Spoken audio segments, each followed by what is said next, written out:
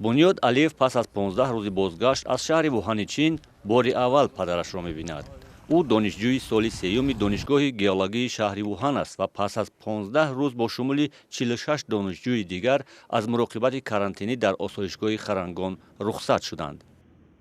аз шаҳри ухан ба душанбе овардан дар инҷо 14 рӯз истиқомат кардем. шукри шароитҳо ҳаматарафа хуб буд, духтурҳо хеле хуб буданд, нигоҳ мекарданд, нигоҳубин ба ҷиҳати аъло буд. бунёд мегӯяд дар шаҳри вуҳан тақрибан як моҳ дар хобгоҳ дар инзиво қарор доштанд, зеро ҳама дукону мағозаву муассисаҳои шаҳри вуҳан баста буд.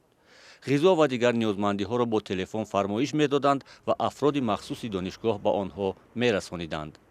агар мебуромадӣ пай даромадан тоза мекардем хонаро, либосҳоро.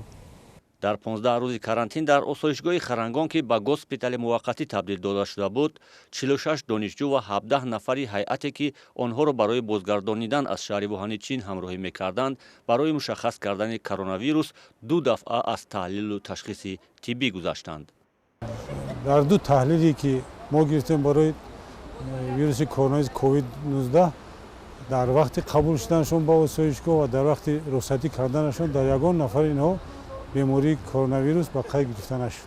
донишҷӯён ва афроде ки пас аз карантин рухсатӣ шудаанд, бар илова 14 рӯзи баъдӣ дар назорати табибони минтақавии маҳалли зисташон қарор мегиранд.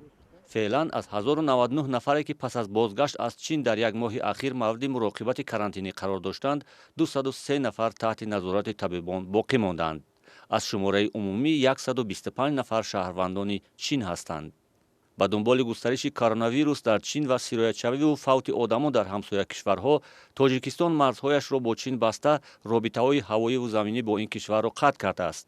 ҳамчунон тоҷикистон парвози тайёраҳо бо Иронро қатъ карда, марзҳояшро бо Афғонистону Узбекистон тақвият додааст.